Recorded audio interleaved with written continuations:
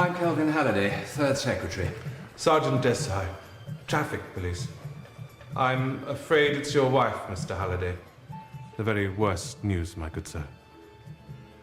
Her car left the road at the Chamber Valley Bridge and she plunged into the gorge. It's not the first time there for such a tragedy. Was Gwenda with our child? Fortunately, no. Oh, thank God. Emma Blue. Emma Blue. And these tears in my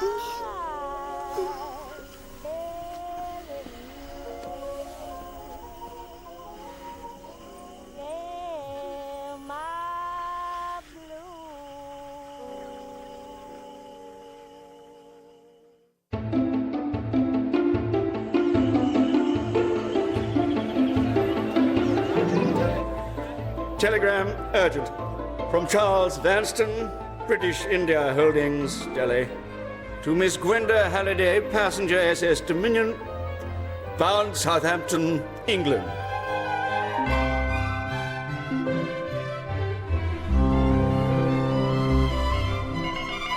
Darling Gwenny, regret too busy, take yesterday's flight as planned. Pressure of work, so still in India. Should have sailed with you, my precious, after all. Therefore, unable meet you, Southampton. Mr. Hugh Hornbeam, London office, instructed welcome and make final wedding preparations. So sorry. Gather Hornbeam, jolly good chap. Beg your pardon. Beg your pardon. Sorry. Desperately sorry not to share your first visit to dear old England. Your very own Charles.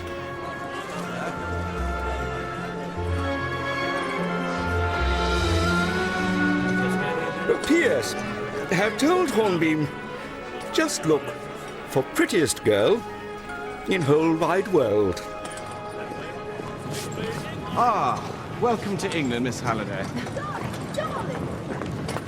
Oh, I'm so sorry. I'm so sorry.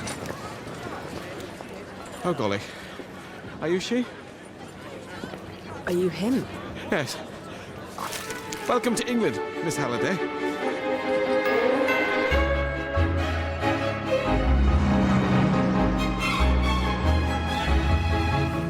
You don't believe in travelling light? My life is in my luggage. I'm not here on holiday. No. And, congratulations on your forthcoming marriage. Thank you.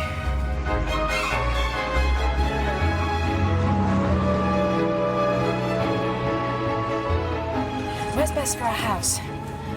Charles would have a pied-à-terre in London, but for our family home, I want the ocean. Such sunshine as there may be, and views. I want England, Mr. Hornbeam. At long, long last.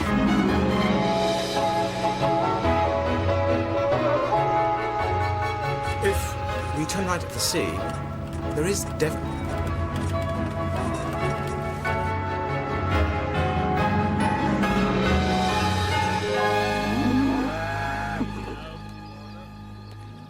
You won't find anything there. It's the back of beyond. Torquay's a much better bet. No, I definitely think we should look in Dilmouth. I'm sure it's a charming place, but Torquay has a decent hotel and reputable estate agents. We'll get a list of suitable properties No. and... That way. But... Instinct. I always follow my instinct. Drive on.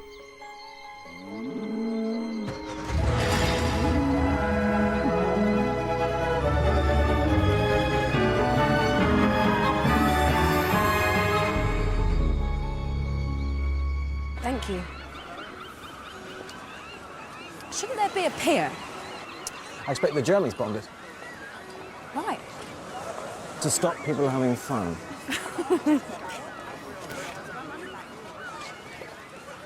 Is England anything like you expected? I'm not sure what I expected.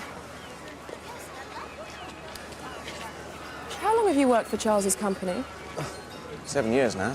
I started at Vanstone International after the war.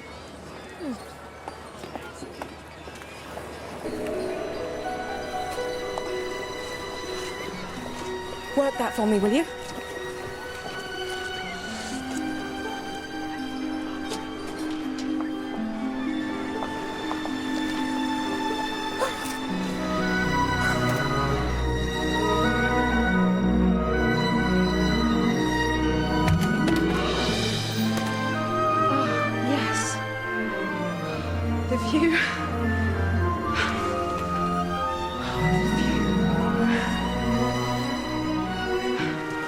This would be our bedroom.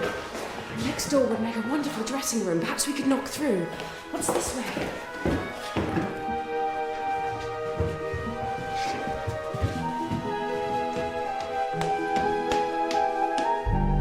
What's up here?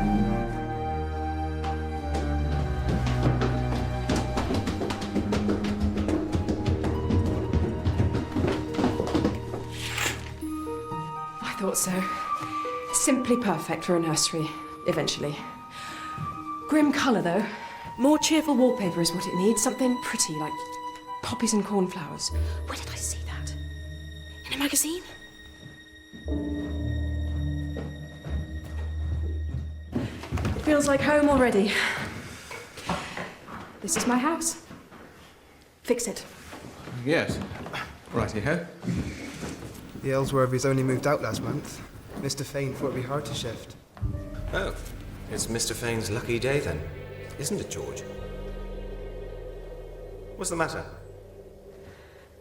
Tell me, did someone die in this house? No. Yes, Did they? I expect they must have, miss. It's ever so old.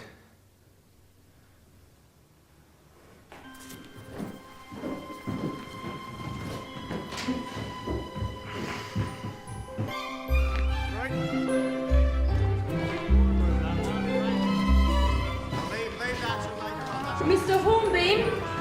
Next door. I'm coming through. It's the second time I've done that. It weren't in the original estimate, sir. Help me decide, will you? Well, I don't know. Oh, Mr. Sims, would it be possible to put a door between these two rooms in that wall? Don't see why not. Now, there's this for the hall. What do you think? Gosh. But is it too fussy? I hate fussy. Or there's this one. Looks fine to me. Really? Or are you just saying that? Well, I'm blowed. There's a door here already. It's been boarded over. You must be psychic. It's silly you're staying in a hotel tonight, isn't it? You could get yourself a camp bed and some blankets. I'm quite happy in the hotel, but if you're feeling nervous... No, it would just be more convenient, that's all. Do you need to telephone a wife or someone like that? Oh, no one like that.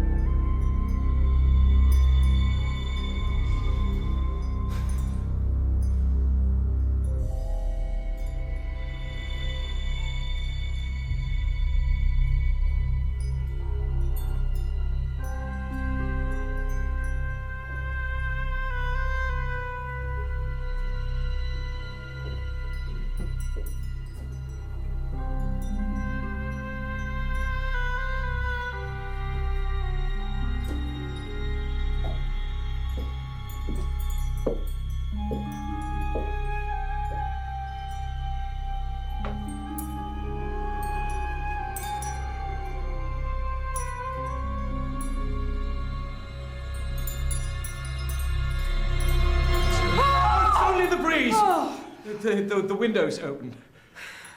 Then please close it.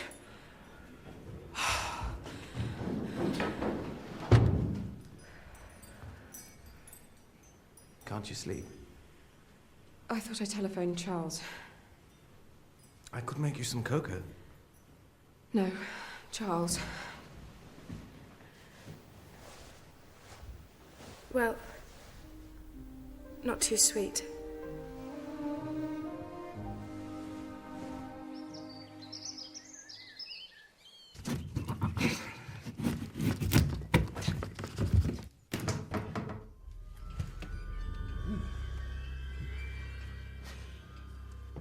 I got that nursery cupboard open for you. You can see the old wallpaper. Much more cheerful and pretty it must have been, that room. Poppies and cornflowers. Poppies and cornflowers. Poppies and cornflowers.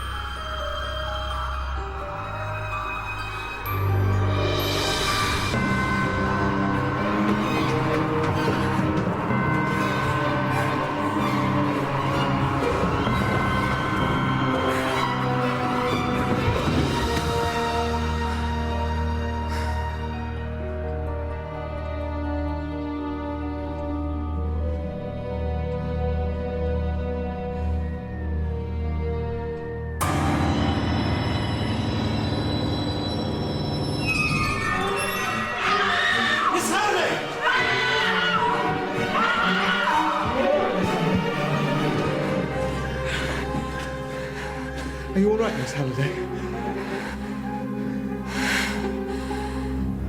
Thank you, Mr. Holly. Winnie. No, I'm sure you didn't imagine it, darling. I can't. Not just like that. I still don't know exactly when I'll be able to join you. I need you too, but put Hornby, Mum, will you? Yes, sir, but... Well, it's hardly a police matter. What sort of investigator? Just someone who'll take her seriously, or pretend to, and for God's sake, try and cheer her up.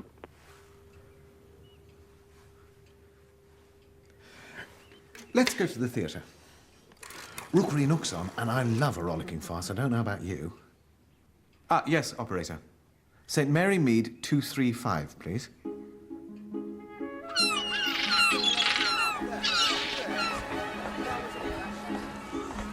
But what exactly does she do? Solves things.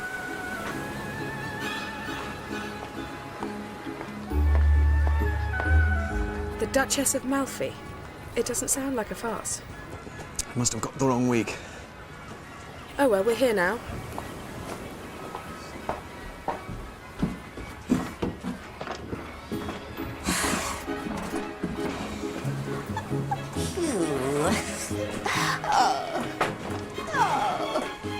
Are you well? Yes. How very nice to meet you, Miss Halliday. Hello.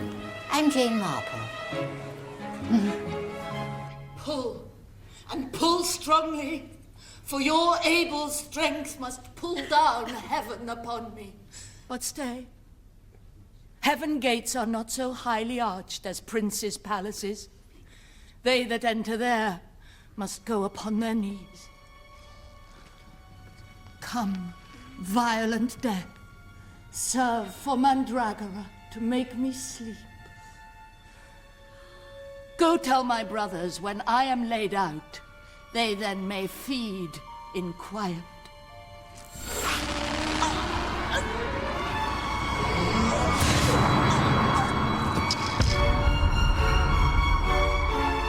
Helen!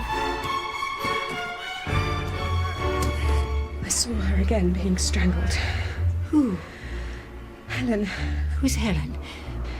Miss Halliday, who's Helen? Strangling is a very quiet death.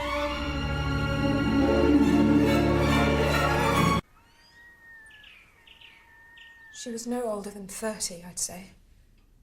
What do you remember? Helen. Whoever she is or was, I couldn't see who was strangling her. Wonder what her furniture was like. Furniture? Here in the hall. Oh, there was a coat stand and a side table. A coat stand? Was there a coat? Or a hat? A woman's hat, pre-war style. May I know your age, Miss Halliday? 21.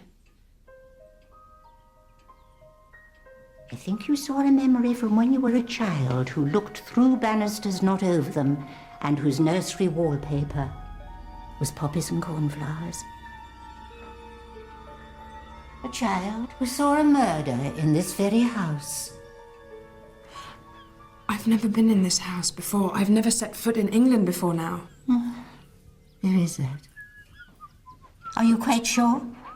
Of course I'm sure. Breakfast's getting cold.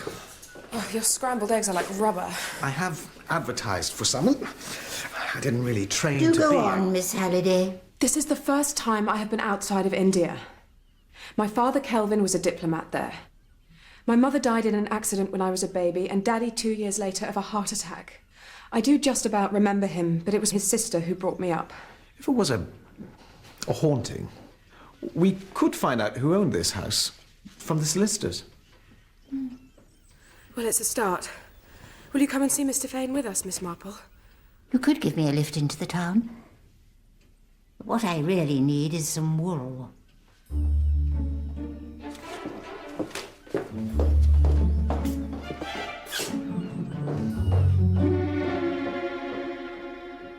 Dilma's changed so much since I was last here. When was that?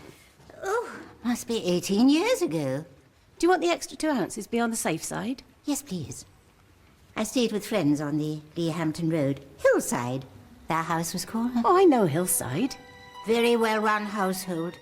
Such obliging girls in service they had. What were their names? Mr. Fane's out. When will he be back?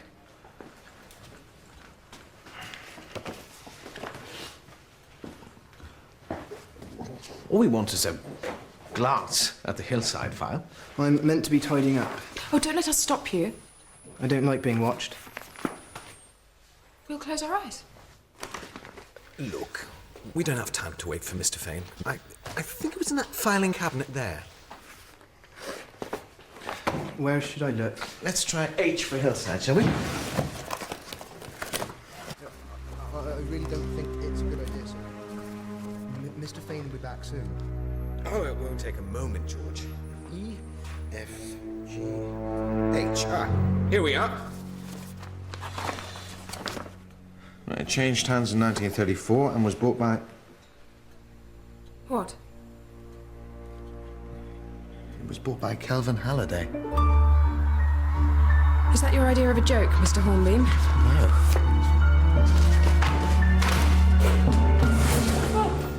Mr. Fane.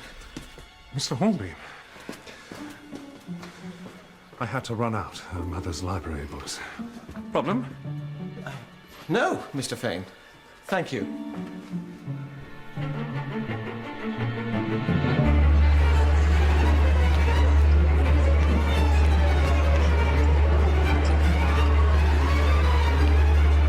We were just coming to meet you. This is, Mrs. Paget, cook, housekeeper at Hillside in 1934.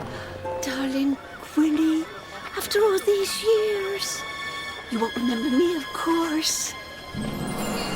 You were such a lovely little girl.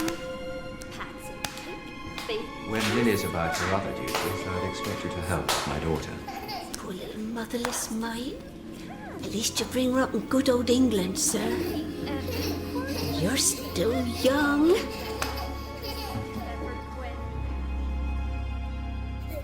Very handsome man, your father. And it didn't take him long to find a young lady. Is this a refrigerator? Yes. So could you start tomorrow? All right, then. I look after you. What young lady? I say lady. Helen were her name. Helen. Helen Marsden. Imogen, her theatrical. See, we used to have a show on the pier of a summer. Me and Lily, the housemate, we used to love it. What's that sound I hear again? There's laughter on the love here again. It must be that time of year again when the funny bones say hello. Every year they used to come. They were all so talented. We're sure to entertain you. Jackie Affleck. Listen. You were a laugh.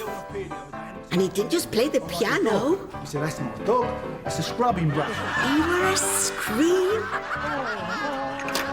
Lionel laugh. Are you ready? You could never see how he done it. Little Evie Valentine. Don't know how she found the energy. Quite a novelty.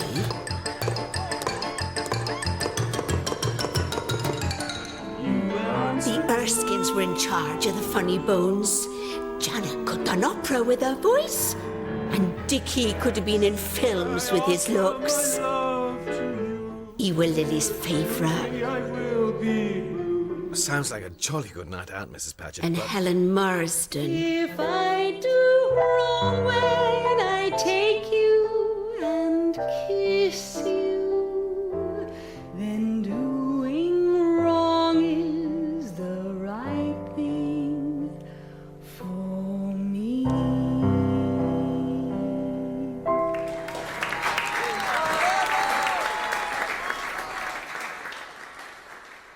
She and your father got engaged. I was never told any of this when I was growing up. I don't understand, Mrs. Paget. Did the three of us go back to India? Just you, but I think it's best you wear it from family. It's not far.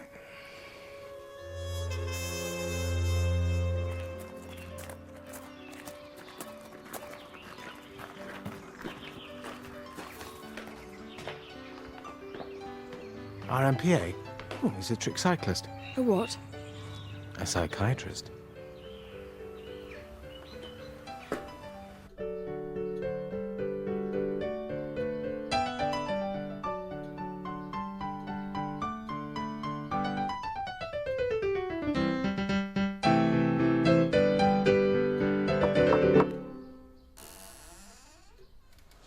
Yes? I believe you're my Uncle James. You're so like your mother. So like my dear Claire. Do you think Miss Halliday was somehow drawn to Hillside by her subconscious? Possibly. Unless it was what we psychiatrists call a coincidence. I'm so thrilled to see you again. Why was I sent back to India alone? Gwenda, where to start? Your mother and I were very close.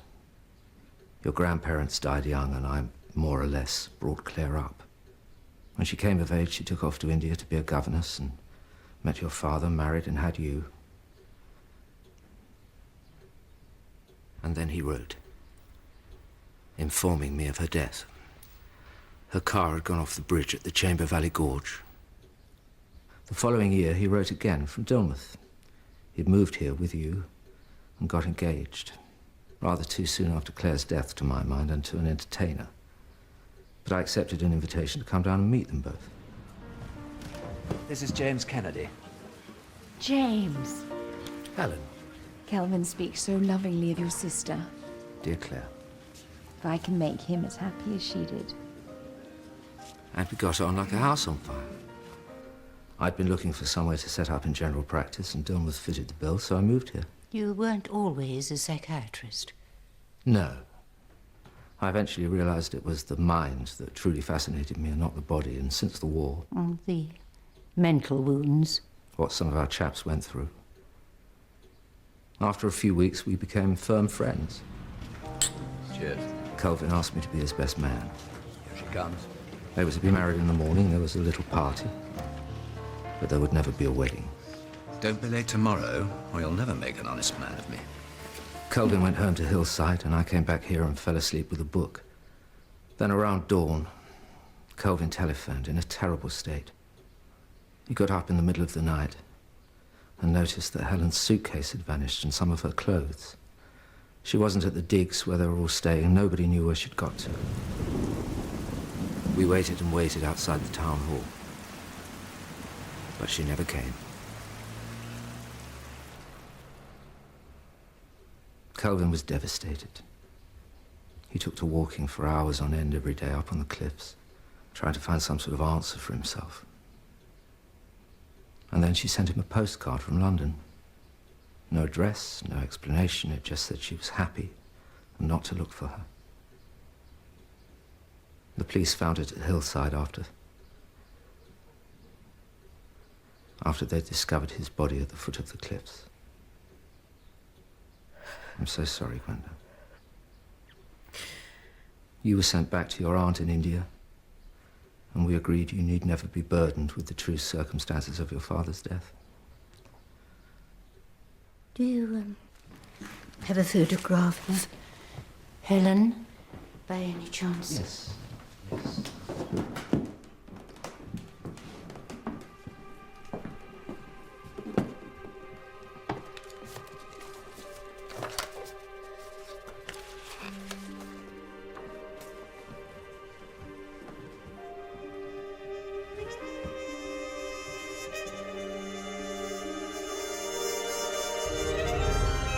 It's her.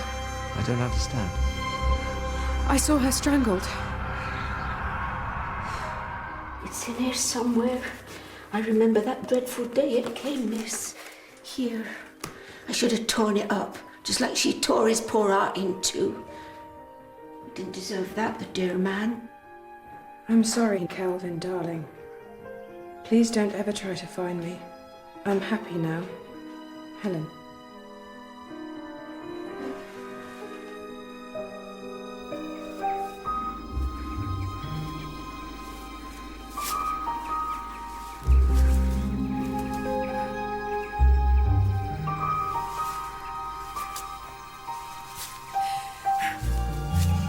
Yeah, let me. No!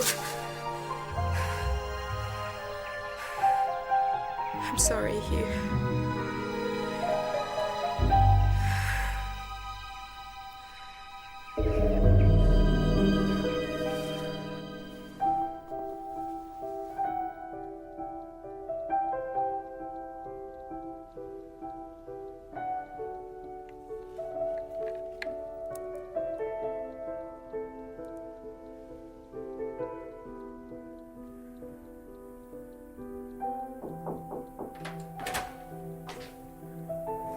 It's me. Come in. How's Mr. Hornbeam? Asleep.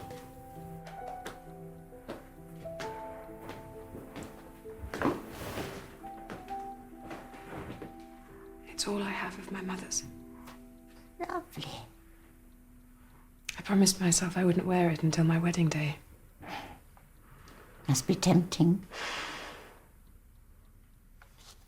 I shouldn't really care about her, should I? But she was murdered. I don't care about the postcard. Postcards can be forged. They certainly can be. But, it was a long time ago. Do you really want to rake up the past? Who knows what else we may find?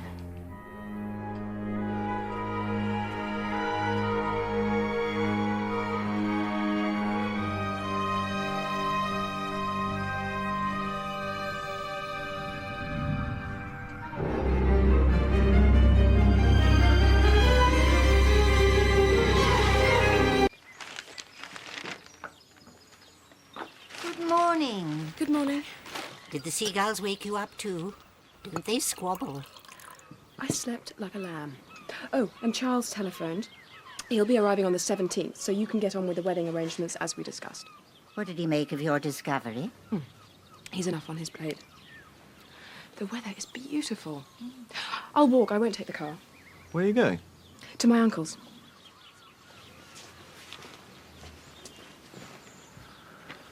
God's in his heaven and all's right with the world. I don't think. Did she say anything to you about the possibility her father... Her father committed suicide because he'd murdered Helen. Not yet. Tea? You sure you don't prefer a glass of fresh cold milk straight from the refrigerator? No, thank you. Where was I? Miss Marsden. We rubbed along all right, but he were a gentleman and she weren't, if you take my meaning. But she were wonderfully loving with Gwenny. So good with her, I'll say that, even though she won her own. Glass will help though, won't it? She got a little bit above herself, is my opinion. Even ticked off Mr. Halliday for putting the engagement announcement in the Times rather than the Dilma's Messenger. He read it out so proud, and she said he'd gone all stuffy and stuck up. Was she here a great deal? Most days, and, well, I don't suppose it matters now. Quite often, nights too. I were a bit disappointing him for that. There are standards, engaged or not. No surprise to me when she ran off. I heard them rowing that night. She was supposed to be at her digs. She turned up here. Darling, calm down. I'm not going to see him. Well, I am. If you think I can just stand by, let alone... Madam, you're with Gwenny. Darling! Next thing I knew were all that kerfuffle in the early hours when he found she'd done a bunk. Helen? She's nowhere, sir. Perhaps she's been... Lily, stranger things have happened. Lily just wouldn't let it lie. What did Lily really think had happened to her? That girl? Reckon Mr. Halliday had done her in and buried her in the garden. Too much Boris Karloff down the picture house. Said she'd seen something very odd indeed, Mrs. P. What? Who cares? I didn't want to hear her nonsense, silly mare. Do you know where Lily is now? Sorry. Dreams can mislead as well as inform. Your father and your mother and Helen have been whizzing around your consciousness like dodgem cars, bumping into each other and throwing off sparks. But a spark, however vivid, is not enough to see clearly by. So you don't think my father murdered two women? Well, anything's possible, but... You know, Claire died when her car went off the bridge. And you've seen Helen's postcard. But I recognised Helen from the photograph. It was her I saw strangled. Bump! Sparks again. I'm not saying you didn't see what you saw, but perhaps Helen's been what we call projected onto your memory. And before we jump to conclusions about your father, we need some solid facts, don't we? Yes.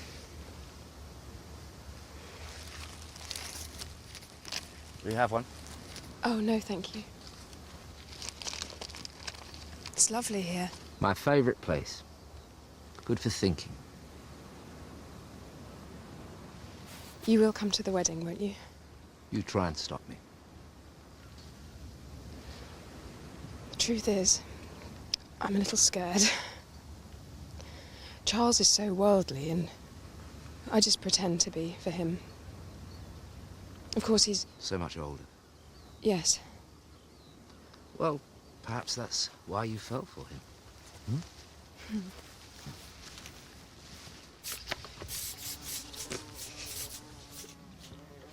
It's a peace rose, isn't it, Chief Inspector? Can't have green fly disturbing the peace. Serious offence. Hit them hard. The only language they understand. I remember it. She skedaddled before the wedding, so he jumped off Lover's Leap. You never had cause to doubt that version of events? Nope, open and shut. Nothing odd? Unless you count Gunga Din.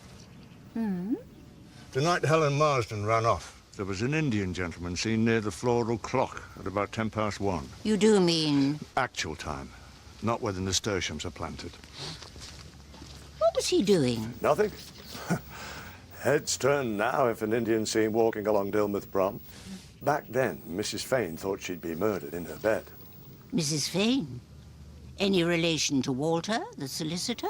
His mother. Ah. She reported it the next day. Funny old stick. I think she keeps him on a bit of a tight leash. Now, if you'll excuse me, I retire on Friday, and I've got a speech to write. Huh?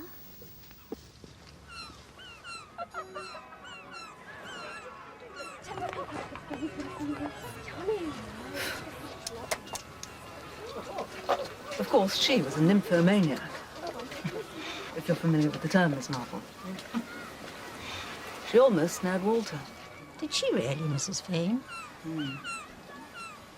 They were inseparable until she got her hooks into Kelvin Halliday. She invited Walter to their wedding. He almost wasn't there because he overslept. They'd all had drinkies after the show. Was he very late home?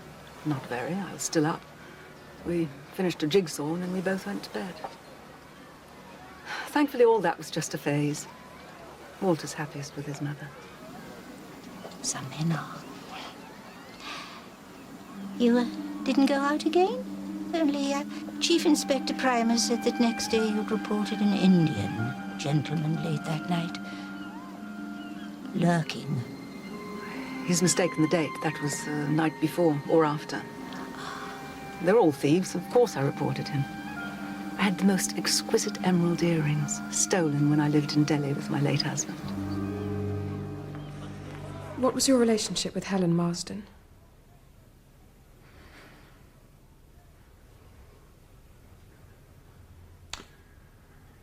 I loved her. Before she became engaged to my father? And afterwards. I don't mean, I loved Helen as a dearest friend. We were so very close.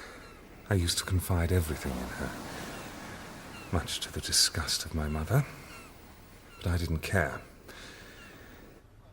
Helen was so understanding of how beguiled a shy country solicitor was by her world. She used to invite me to watch the show from the wings. It was thrilling to feel a part of it.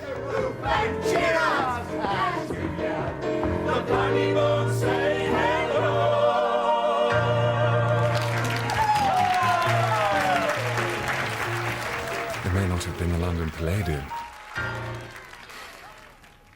but it beat Thursday night Monopoly with Mother and her friends into a cocked hat, I can tell you. Did she ever talk of her family? The Funny Bones were her family. And on that last night, I felt like one of the family too. Old Lionel and Dickie, Jackie, Janet, and little Evie Ballantyne. Oh, Jackie. There she was then. But there was a feeling of sadness. We knew that Helen leaving would change everything. Fellow artists, loyal fans, we've packed our grease paint, our trunks, and we go our separate ways until next year. Except, of course, our wonderful Helen, who has chosen married bliss ahead of a life trudging the boards. Bravo. Still, no hard feelings, Halliday. Thank you. The toast is the Funny Bones. Funny bones. Funny bones. I went home, feeling a little sad. Do not pass go and autumn beckoning. George, where's that tea? Bloody hell.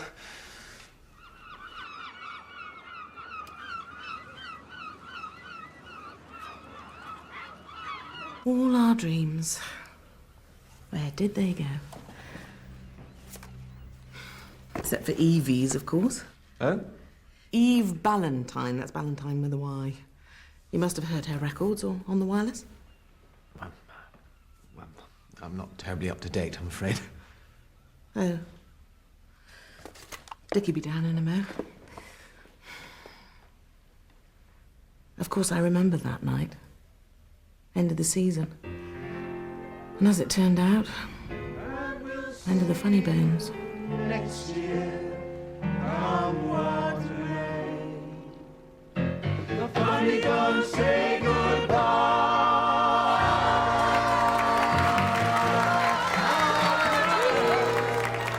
Toast is the funny bones. Funny bones. Funny bones. Funny Even the party spirit. Who wants first dance with the smoothest smoocher on the south coast? Jackie Affleck. Janet? Was up to his usual tricks. Not me. I will, Jackie. Helen? It's your last night of freedom. Watch out for his paso doble, girls. Poor old Lionel Luff. Died the next Christmas. Demon King in Panto at Worthing. Trapdoor opened too soon. South Sea. He broke his neck. This is little Gwenda, Dickie. Kelvin Halliday's girl and Mr. Horn. Beam. Hornbeam. Pleased to meet you.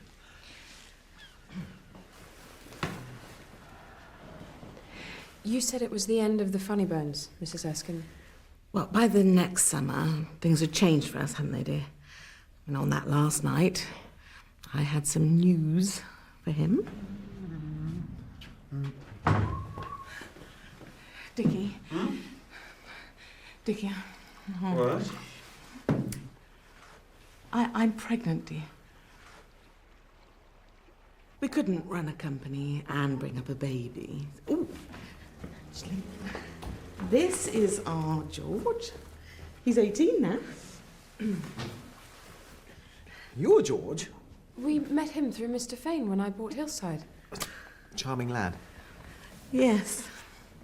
Dickie thought that Walter would never take him on, but I said it was worth a try, and he's doing jolly well. Did you see my father later that night? Yes. He was frantic.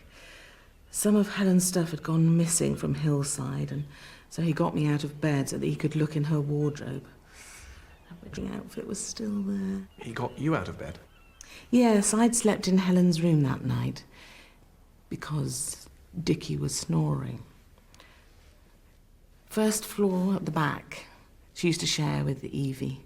This used to be the Funny Bones Digs when it was Mrs. Finderson's. After the war, we had to adjust. Medals don't pay bills. Dilmouth seemed like the obvious place, so we bought the house ourselves. Know what I thought? That Helen and Jackie Affleck had run off together. It's all right, Jackie. I overheard him, talking her into it. If you ever change your mind, eh? Then, he was the only one who wasn't there next morning. Apart from Helen, of course. No one mentioned it while we waited outside the town hall. But it's what we were all thinking. What a sorry bunch we looked that morning. You with your black eye. Tripped over a stage weight.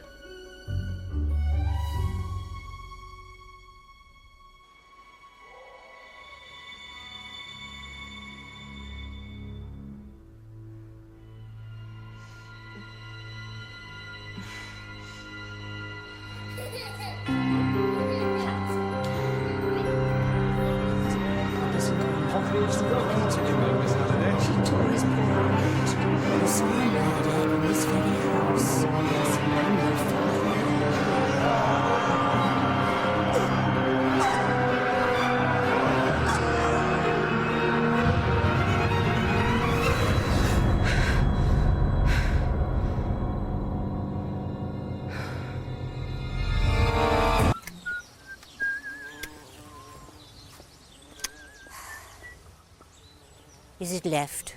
At the top of the lane for Dr. Kennedy's, all right? Miss Marple, still sleuthing? I hate an unsolved case. There was no case to solve. Possibly not. Left all right? Have you found out something? Well, yes and no. It's all terribly confusing. An Indian man on the promenade. The young bride's missing trousseau. funny bone in the wrong bed, of course. Was this really sent from Helen Marsden? It's left. Oh. Thank you, Chief Inspector. Happy retirement.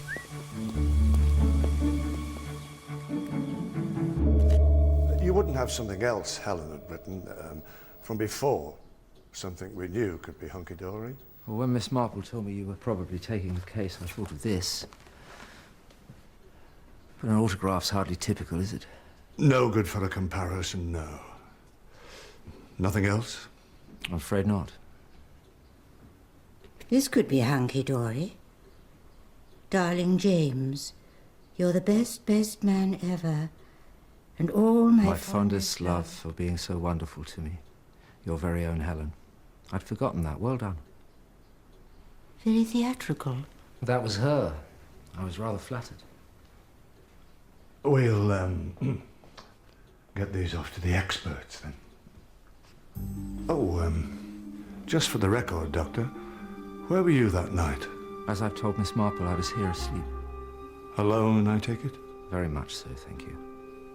Do you know why she was at Hillside that night? Was she? According to Mrs. Paget. Calvin never told me that. I know Claire did sometimes. I'm so sorry. My sister's been on my mind terribly since Gwenda came into my life. Helen did sometimes spend the night with Kelvin. I tried not to judge. They were desperately in love. We can't rule out any possibility yet, can we? If it were me, I'd be trying to find that maid, Lily, and find out what she knew. I placed an advertisement for her yesterday. Have you? Yes. Oh. Good. Do you think Erskine was right about Jackie Affleck? Let's find out.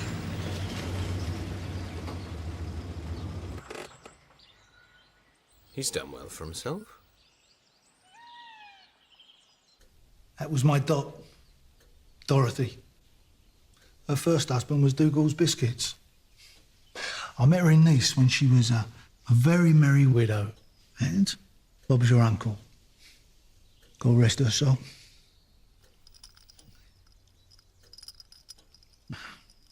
I haven't had my vitamins today. Nice? Yeah, I ran a little bar down there for a while. Well, until I met Dot. See, I set up in France when I left the Funny Bones. That must have cost a bit. Thrifty, me. Why weren't you at the registry office with the other Funny Bones? Were you not invited? I'd had enough of Dilmouth, that's all. Of course I was invited. I was there when they first met.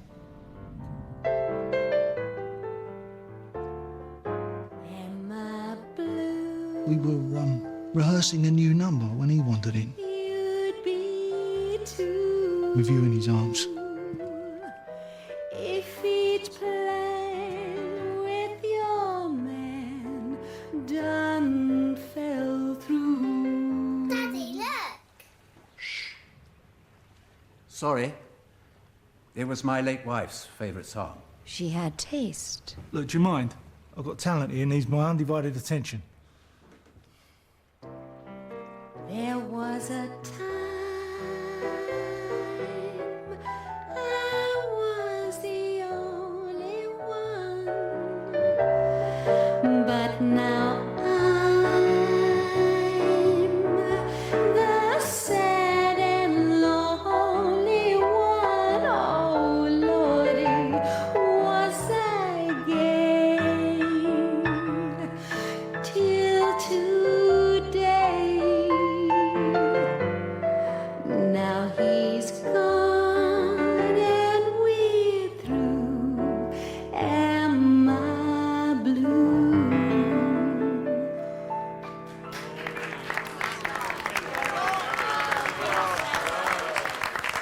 You were asking me about the last night. Mr. Erskine said he had an argument with a stage weight. Got a black eye. Did he? Did he really? It was my fist. You see, Erskine and me, we never really hit it off. And things came to a head on it last night. Who wants first dance with the smoothest smoocher on the south coast? Janet? He knew his missus was just playing hard to get with yours truly. Not me. I will, Jackie. Helen? It's your last night of freedom. To be honest, I thought if I played my cards right. Enough's enough now, ladies. I'm cutting in. Helen, here! But she wouldn't play ball. Where are you going? What about me, Jackie? Won't I, dear? Oh, come on, it's such a lovely song. Please, Jackie. Just get off. You said something to her and she was gone. See you in the morning. Jackie, please. Evie, I've got enough bad habits inside of you. Now get off! Evie'd been after me all season. Sad, really. Actually, you are. And then... Boss! Why did he attack you? Search me. I didn't hang around to ask. I left him on the floor, went back to the digs. Got stuck into a bottle of malt with Lionel Love. Long gone now, of course, old Lionel. Can you think of any reasons for Helen's disappearance? Maybe she was murdered. Have you thought of that? As it happens, Mr. Agatha. No. No, we haven't. Go on. Well, if you ask me, Erskine bumped Helen off. Why? Because the funny bones were his life. We packed our grease paint, our trunks. He knew she was our biggest draw. And we go our He reckoned her marrying him was going to break us all up. Except, of course, our wonderful Helen, who has chosen married bliss ahead of a life trudging the boards. Bravo. Still, no hard feelings, Holiday. I'll tell you something else as well. He had a wife before Janet, and she disappeared. What do you know about her? Only that she couldn't have kids. Yeah, he told me once. He said that set them against each other. Anyway, bright and early the next morning, I get on the milk train out of Dilmouth. Never looked back. How interesting. Helen would turn her back on Jackie Affleck and a glittering career to settle down in a rather conventional marriage. And to a man with a child. Jolly romantic, though. Romantic? She was a little gold digger. The very same song that meant so much to your mother, eh? It's a lovely story. Yes. Gwenda, Mr. Vanston is so well connected. Do you think the Delhi police would let him see the file on your mother's accident? My mother? I think your mother's death may be significant. You think my father's a madman who murdered my mother and then came to England and murdered Helen? Where did you find this woman, Mr. Hornbeam? Wherever it was, you can send her back. I am so sorry. She'll calm down. If her mother's accident was really murder, well, you must think it was her father. Unless you're suggesting Dr. Kennedy killed his own sister. Dr. Kennedy? Oh, I'm sure he was never in India. But perhaps one of the funny bones was. That was just plain bloody rude, Gwenda. Miss Halliday to you. I'm very fond of you, Gwenda, but my fondness is being sorely tested. Then don't be fond! I can't help it. Can't you? You?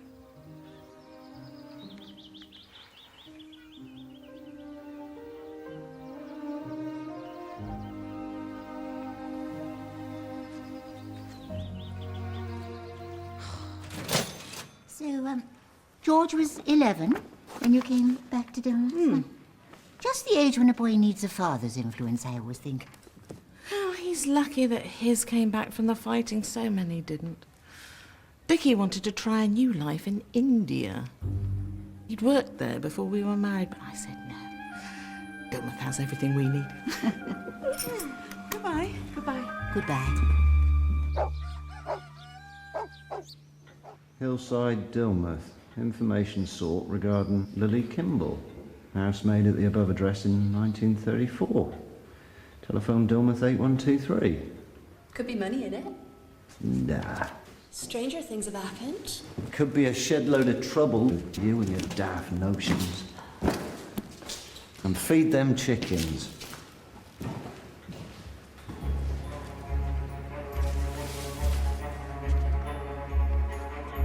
Dear Dr. Kennedy, please can you give me advice, because you are a professional gentleman. What to do about enclosed? What was in the paper? After all this time, I don't know what's for the best. If you can advise, I will visit tomorrow morning and oblige. Yours respectfully, Lily Tutt, as was Lily Kimball, housemaid at Hillside. At last we could be getting somewhere.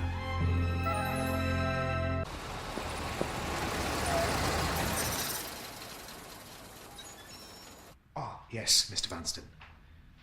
No, I can't speak any louder, I'm afraid, so in case she hears. What have you found out? Claire Halliday's death in 1933 was never regarded as anything but an accident. Though the traffic division released the file to an Inspector Chopra of the criminal police some months later. Hornbeam, is this secrecy strictly necessary? Believe me, sir, it could make all the difference to your future happiness. Could you find this Inspector Chopra? And I'll be wiring something very important through tomorrow. Thank you. The Palladium. Confirming Eve Ballantyne with a Y will see us after the show. Do this up for me, will you? I'm giving it an outing before the big day. My whole flat would fit in this suite. How do you manage? Well, if I feel cramped, there's Kensington Gardens. Any spare time from Vanston International, I do the Geological Museum. Rocks? No, it hadn't been for the war. It's what I studied. But with my mother left alone with two much younger brothers, isostatically depressed outwash deposits wouldn't have put bread on the table. Before we go back tomorrow, Hugh, do you think if there's time we could see Buckingham Palace and Big Ben? Oh, and is Windsor Castle very far? Well, I don't know, do I?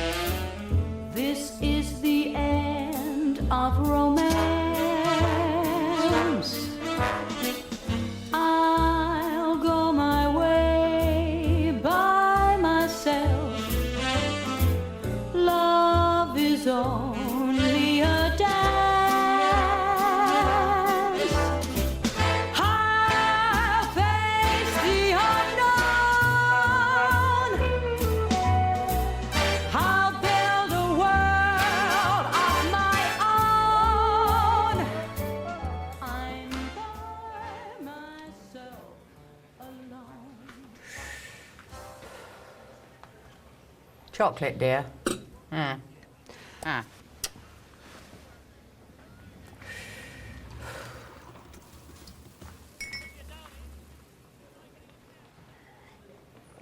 You're wearing Helen's necklace. Helen's? Yeah.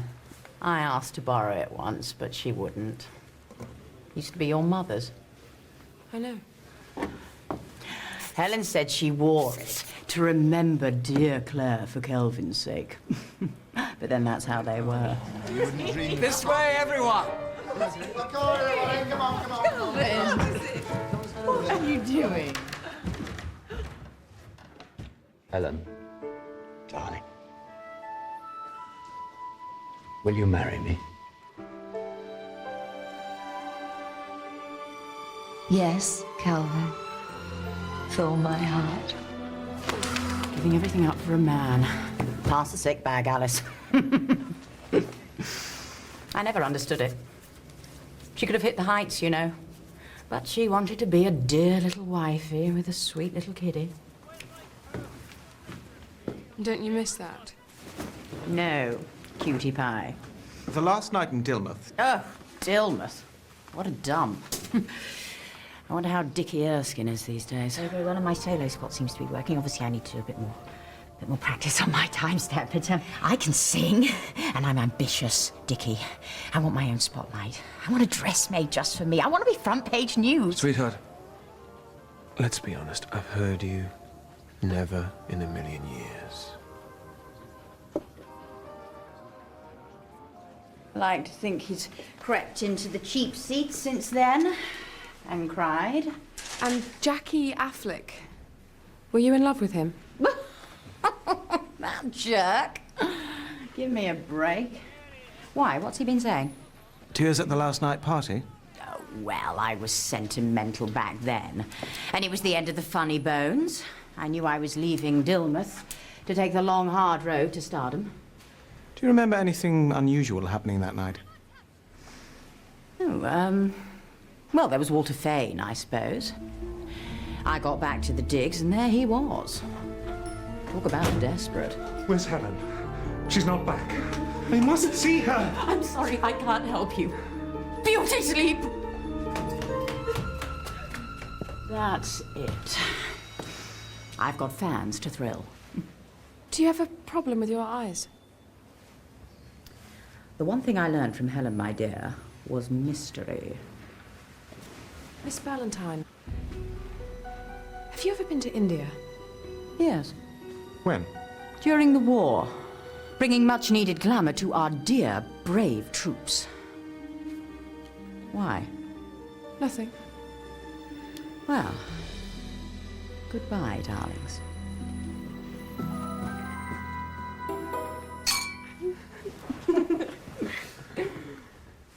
I'll tell you one thing. I won't go down on bended knee when I propose. Far too showy. I bet you do. I'll check up on you when you're engaged. The day we met, there was a fork in the road. And I wanted to go one way. And I said, I always follow my instinct.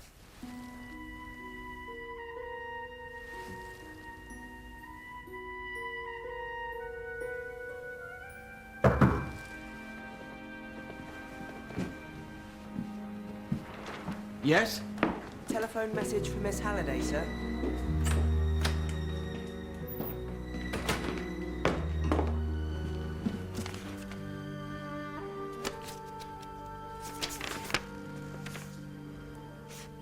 Miss Marple, Lily's been in touch and they're meeting her in the morning. Early start then. Early start.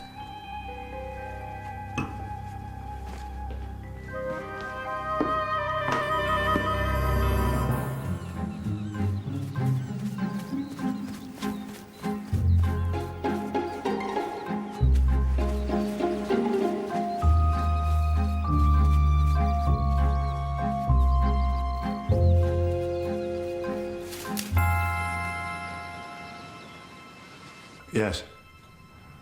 You're quite sure? Go on. She should be here.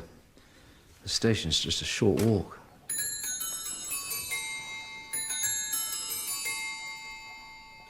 Do you need another aspirin? No. How's Charles this morning? Well, thank you. It was lovely to hear him. I wonder if Lily called in at the Erskines first by any chance. Why? It's just I bumped into Dickie in the street. Said she was coming to Dilmouth. He remembered her well. A loyal fan.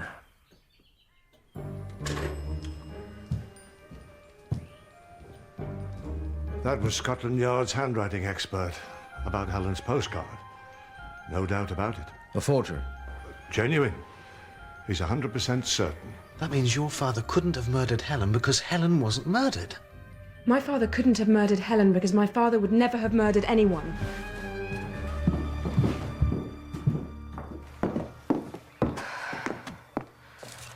Helen was strangled. I saw it.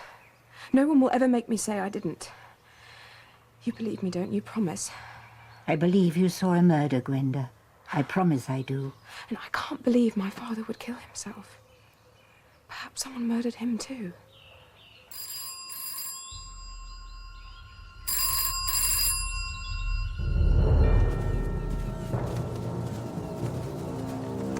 Strangled. I won't be retiring Friday. This isn't the way from the station.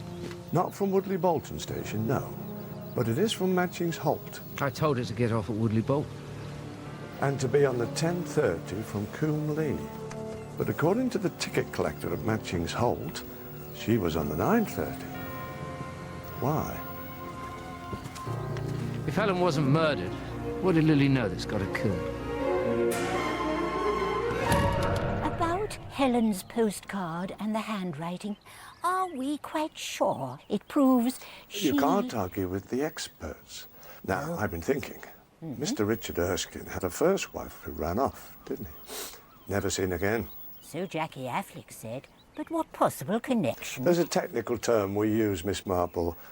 Following a hunch. Ah. Erskine came back to Dilmouth after the war. Say he did so to keep an eye on Lily because she knew he'd murdered his first wife. He found out she was coming to see Dr. Kennedy. Anybody could have known that. I doubt Dilmouth's much different from my own St. Mary Mead when it comes to gossip. And we may think the funny bones aren't in touch with each other, but can we really be sure? You think I should get them all here? Ooh. I wouldn't dream of suggesting what you should do. I'll consider it.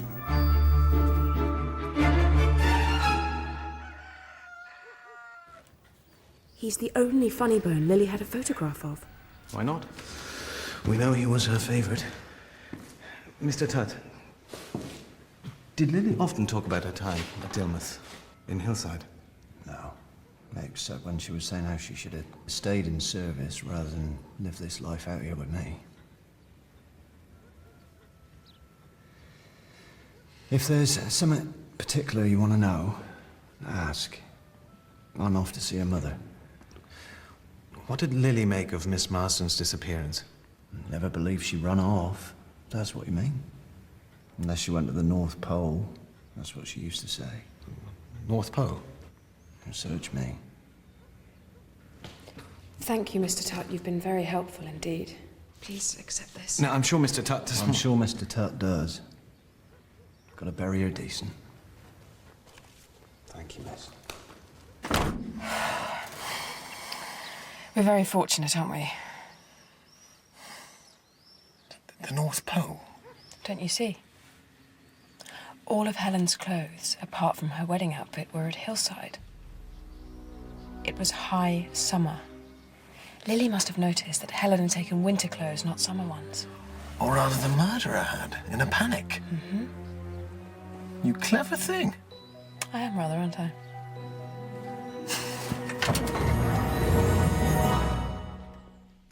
I do think the police might wonder, you see, what was seen at the Funny Bones digs when you say he was here with you and a jigsaw. He was. And was he here with you when Lily Tutt was murdered, too? Mrs. Vane? Walter's very dear to me. The bond between mother and child, or father and child, always finds expression somehow, whether through love or through making allowances. What would you know about motherhood?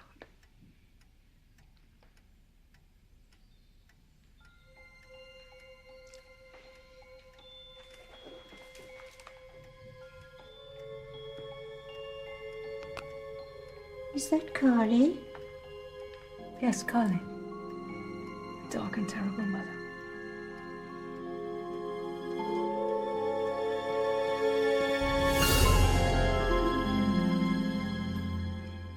Sergeant Macaulay, please. He's expecting my call. Mrs. Erskine swears her husband was at home at the time of Lily's murder, and I'm inclined to believe her. But Mr. Erskine claims his first wife married again to a crofter in the Outer Hebrides, which sounds like a right cock and bull story to me, as I'm sure the local police will be confirming even as we speak. It's fascinating to see how a hunch works. But I do hope they won't be too long about it. Everyone will be here quite soon. Arthur Primer. Yes, Sergeant. Yes. I see. And cheerio the new to you, too.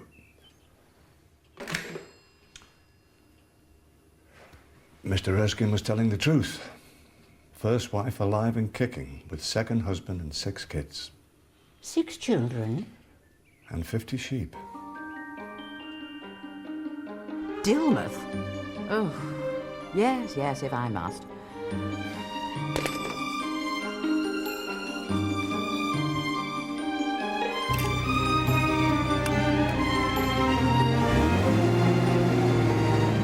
Have a wizard time. Give your old man a hug, son.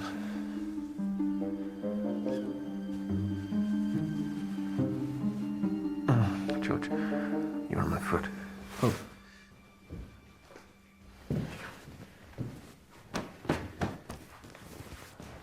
We're about to catch a killer. That doesn't mean my house can't be well presented. Sorry, Mr. Hornbeam, but there were a message for you this afternoon from India. Mr. Vanstone. He said he got what you wired and he's found Inspector Chopra and the inspector were investigating a jewel robbery. Jewellery? Did he say what sort? No. Have you been speaking to Charles behind my back? I'm sorry. It was necessary. Believe me. We'll be 1, 2, 3, 4, 5, 6, 7, 8, 9. 11. 11. Cocktails, please, Mrs. Paget. The sherry with ice.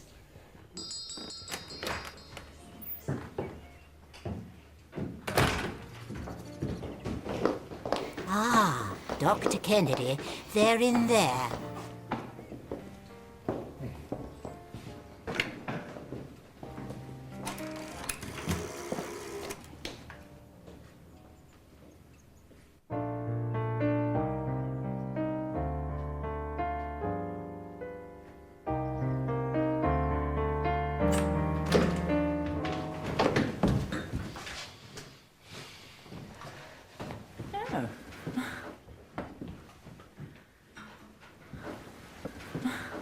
Thank you. Miss Ballantyne Mr. Affleck. has tricks. Tricky. Miss Ballantyne, may I say that your success is very well deserved? Yes, Walter dear, you may.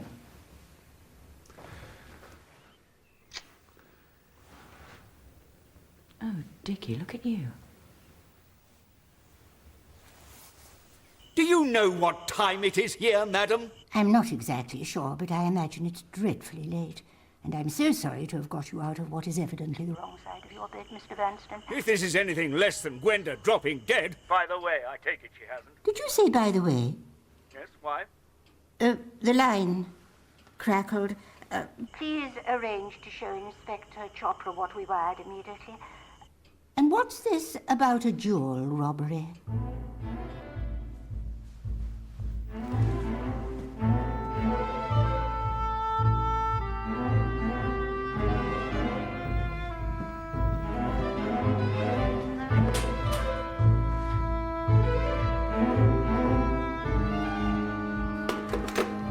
Extraordinary.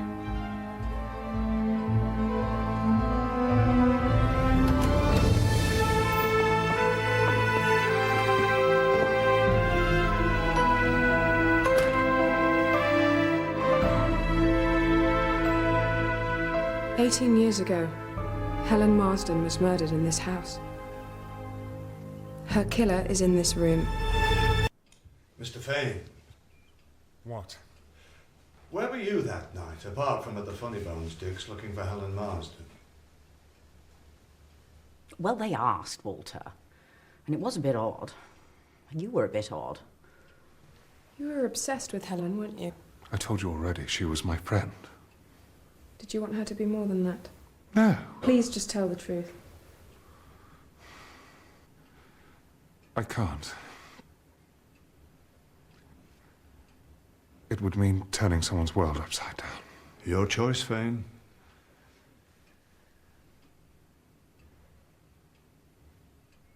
It's not. It's mine. Janet? Tell them, Walter.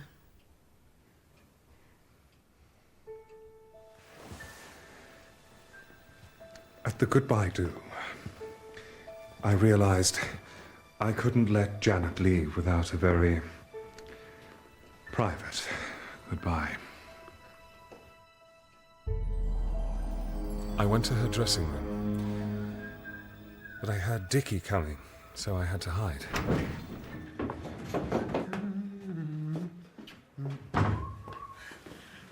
Dickie. Dickie. What? I'm pregnant, dear.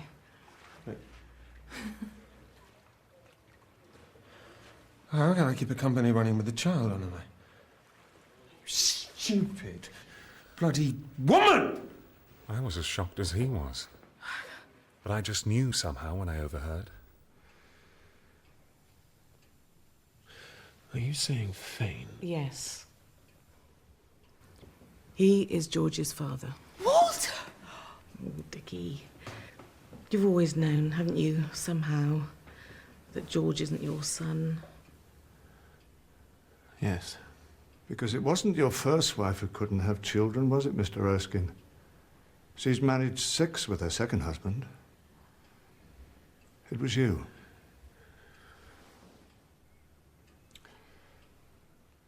Go on, Mr. Fane.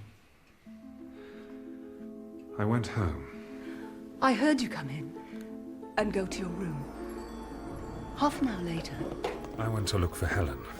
She was the only one who knew about Janet and me, and I needed to talk. I followed him. Then I saw that Indian man and I was frightened, so I went home.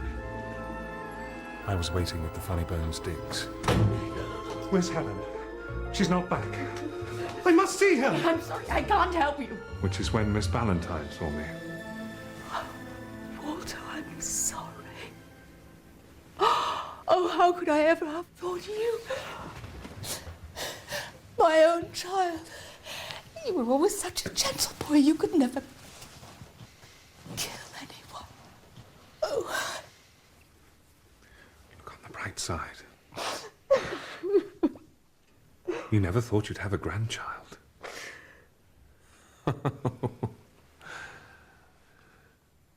No wonder you took in George. I could have saved myself a black eye. You thought it was me? Mr. Erskine, what did you tell Helen at the party? I told her I'd seen that Indian chap hanging about by the stage door. She couldn't get out to the theatre fast enough. Through the front entrance. She seemed terrified for some reason. How intriguing. Sorry. Do go on. Nothing much to tell except taking a swing at Affleck. When you hightailed it out of Dilmouth in the morning, I assumed you had a guilty conscience about Janet. Maybe the guilt was about Helen. Oh, come off it. You had just failed to get your way with her at the party. I know, but, look, I went back to the digs. Honest. And then for the rest of the night... This places me in a very difficult position, professionally speaking. You, Dr. Kennedy?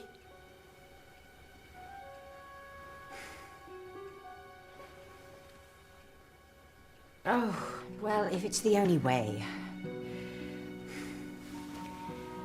Jackie couldn't have killed Helen. No, now we've all got to tell the truth or you'll be in a tight spot. We were just kids. It was bad enough for me in the bar. Who wants first dance with the smoothest smoocher on the south coast? I will, Jackie. And then it got worse. I want to be front page news. Sweetheart, I've heard you. Never in a million years. I've got enough bad habits inside you, now get off!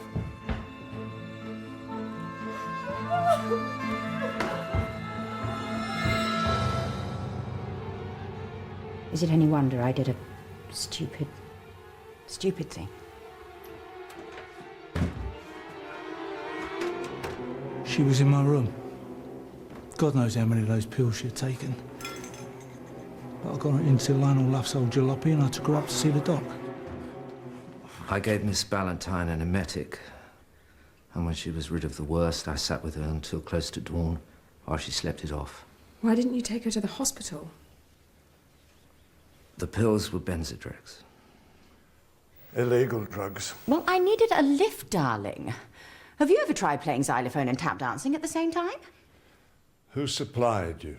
Someone who liked his vitamins, Mr. Affleck. And made enough on the side to open a little bar in France. Yes. It was a nice little earner. Helen knew all about it. Well, if you ever change your mind, eh?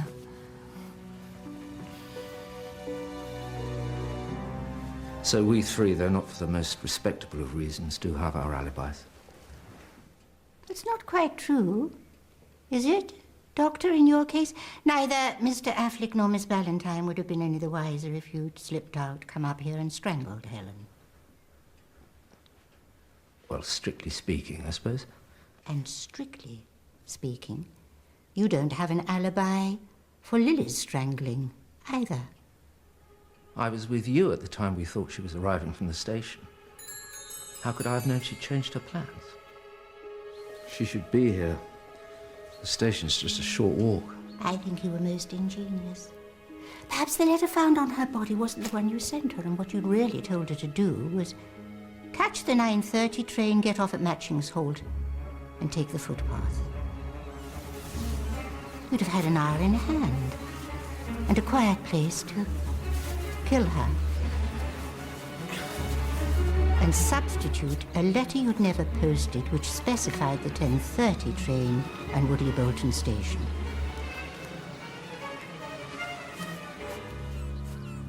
This beats the convoluted and bizarre fantasies of my most disturbed patients.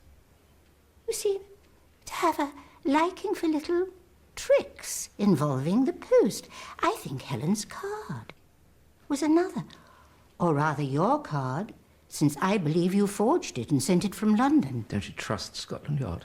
Oh, yes, their expert was quite right. The card and photograph were both written in the same hand. Could have been yours, disguised. When you knew Mr. Primer and I were coming to see you, you would have written that message from Helen on the back. Darling James, you're the best man ever. And all my fondest love for being so wonderful to me. Your very own Helen. You must have intercepted the card before it was delivered here to Kelvin Halliday. You followed Mr. Halliday on his regular cliff walk and pushed him to his death on the rocks below. Then you delivered the postcard, so when it was found, everyone assumed he'd killed himself after reading from Helen that she'd gone from his life forever. Oh, this is preposterous. Why on earth would I kill Helen Marsden? Where's this taking us? To India, Dr. Kennedy, and to your sister Claire. My mother again? Excuse me. Your mother, Gwenda, was dismissed from her post as governess for theft. By the time she met your father, she was working in a nightclub. She danced with lonely men, nothing more, but sometimes an unguarded pocket was picked. Then she fell in love and married, and you were born, but her past caught up with her. Inspector Chopra of the Delhi police was on the trail of some stolen jewelry.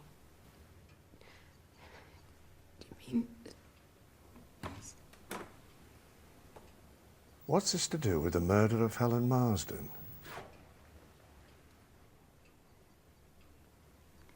That telephone call was from India. You killed your sister. I've never been to India. She didn't die in India. She died in Dilmouth. Claire Halliday and Helen Marsden were one and the same person. Claire and Kelvin Halliday devised a plan to start a new life so she could leave her criminal past behind her once and for all. Car's a wreck, darling. Oh, darling, I'll save. I'll see you in England. Claire's car accident was staged, like the rest of the charade. She came to England and my father followed later with me. Yes, Gwenda. Exit stage right. Claire Halliday enters stage left. Helen Marsden, because it was a performance. With the Funny Bones as their all-important audience. Sorry. It was my late wife's favorite song. Will you marry me? Yes, Calvin. But it wasn't just the police she was avoiding in Dilmouth. Possibly she went to India in the first place because she found you a little over-protective of her. Whatever the reason, she had no intention of continuing a career that would bring her the wrong kind of recognition once she was married. If only Mr. Halliday hadn't put that engagement notice in the Times. She was cross about that, as Mrs. Paget heard. Kelvin Halliday didn't invite you down to Dilmouth, did he? You read that engagement notice and decided to come and meet the man who had married your late and much-loved sister and discovered her very much alive. James. Helen. Kelvin speaks so lovingly of your sister. Dear Claire. Did you enjoy playing the role? Why would I kill my sister?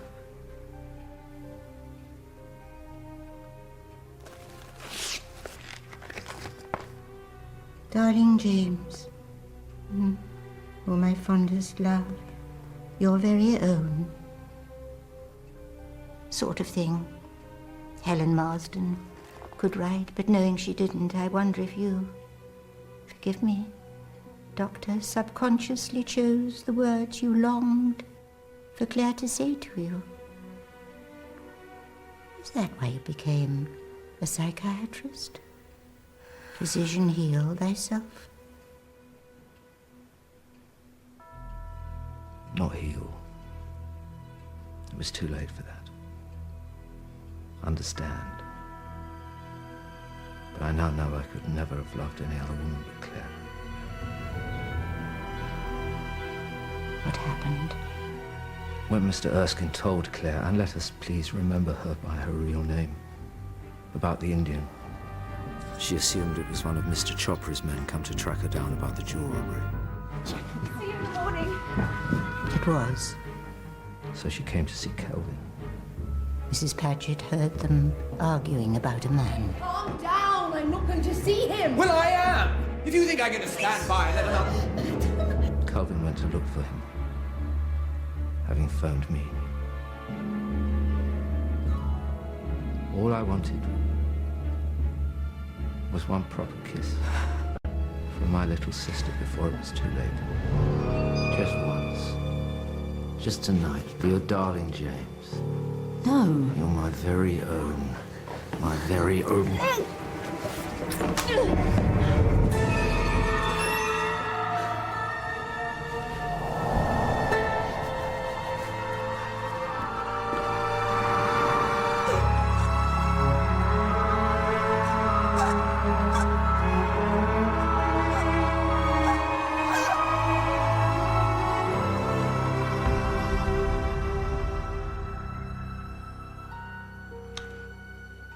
Constable.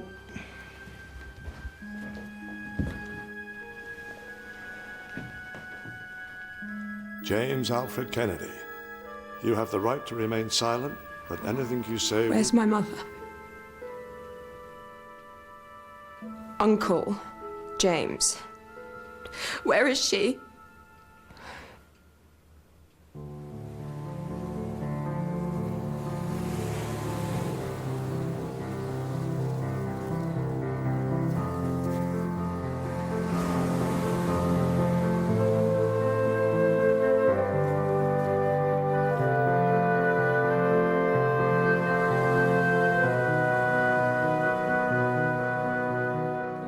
Mrs. Bunner Baker's wife?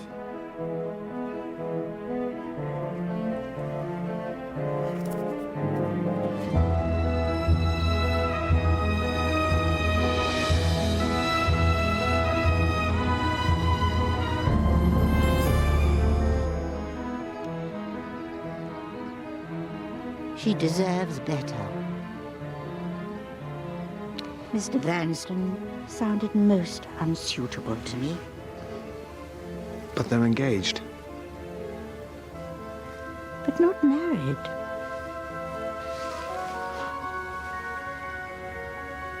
Yet. Instinct.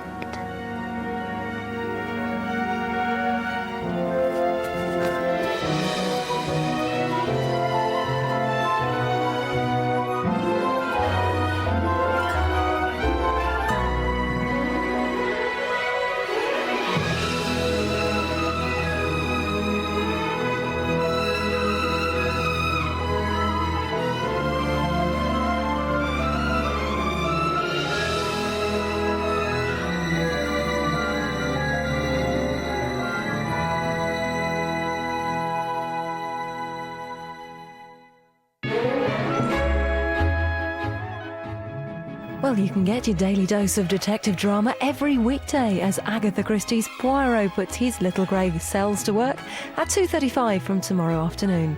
And don't forget, the home of great drama from here and the US is ITV3, so make sure you investigate there too.